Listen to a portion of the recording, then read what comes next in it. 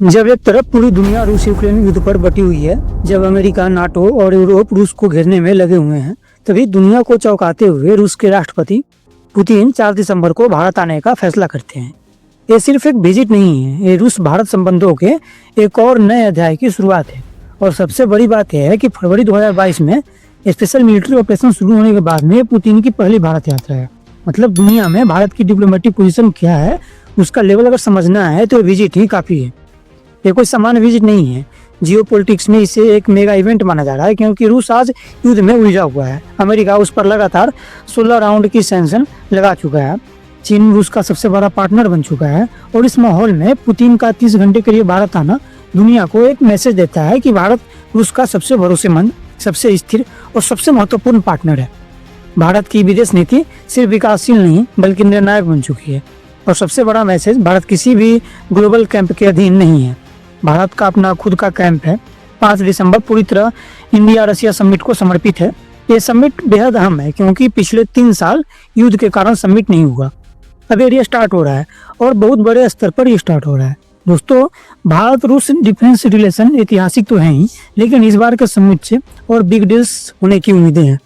हो सकता है कि S-400 सिस्टम की नई खेप पर डील हो। ऐसे तो रूस पहले से ही S-400 दे रहा है, लेकिन भारत और बड़ी मात्रा में चाहता है।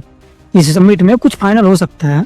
भारत अपने सुखोई बेड़े को अगले 20 साल तक सुपर सक्षम रखना चाहता है। रूस इसके लिए भी तैयार है। अमेठी के 247 राइफल प्रोजेक्ट, इस पर तेजी लाने को लेकर भी घोषणाएं संभव है। सबसे बड़ा पॉइंट यह है कि भारत और रूस एक साथ नए रक्षा सिस्टम को डेवलप करने पर भी बात कर सकते हैं।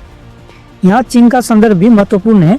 रूस नहीं चाहता है कि उसके सभी एडवांस सिस्टम सिर्फ चीन तक ही सीमित हो, और भारत तो उसका बेस्ट पार्टनर है ही। भारत लगभग 40% तेल रूस से ले रहा है, वो भी भारी डिस्काउंट पर। यूरोप और अमेरिका को इससे चीड़ भी है, पर भारत ने साफ कहा है कि मेरे देश की सुरक्षा सबसे पहले। तो पुतिन की इस विजिट में long term oil supply contract, payment को लेकर डॉलर की जगह लोकल करेंसी में शिफ्ट करना, नई तेल पाइपलाइनों और पोर्ट सहयोग जैसी बातें लगभग पक्की है। किसानों के लिए सस्ता फर्टिलाइजर की बातचीत की भी प्राथमिकता में है। समिट के बाद मोदी और पुतिन भारत मंडपम में इंडिया रशिया बिजनेस फोरम को एड्रेस करेंगे।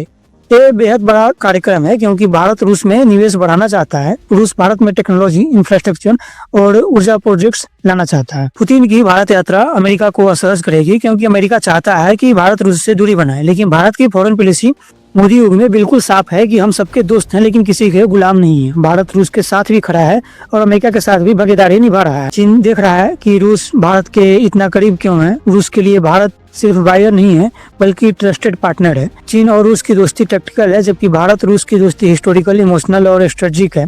इस विजिट का भारत पर सीधा असर पड़ेगा। डिफेंस मजबूत होगा, तेल सस्ता मिलेगा, व्यापार बढ़ेगा, टेक्नोलॉजी ट्रांसफर होगा। रूस चीन की ओर पूरी तरह झुकने से बचेगा।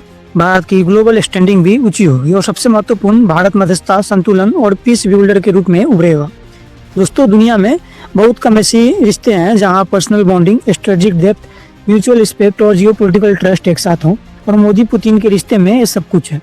इसलिए समिट सिर्फ कागज का टुकड़ा नहीं, एक डिप्लोमेटिक मास्टर स्ट्रोक है। दुनिया बदल रही है और भारत अब किसी के पीछे चलने वाला देश नहीं रहा। भारत अब ग्लोबल प्लेयर नहीं, ग्लोबल लीडर बन चुका है। पुतिन का 30 घंटे का भारत दौरा दुनिया को एक ही चीज बताएगा कि भारत अब वो देश है जहां आने के लिए दुनिया लाइन लगाती है। भारत वो शक्ति है जो पूर्व और पश्चिम दोनों का संतुलन तय करती है। भारत वो राष्ट्र है जिसे नजरअंदाज नहीं किया जा सकता। 4 और 5 दिसंबर 2025 सिर्फ तारीख नहीं, ये भारत रूस रिश्तों की नई कहानी की शुरुआत है। इस वीडियो को शेयर करें, लाइक करें और चैनल को सब्सक्राइब करना ना भूलें। मिलते हैं अगले वीडियो में, तब तक के लिए धन्यवाद।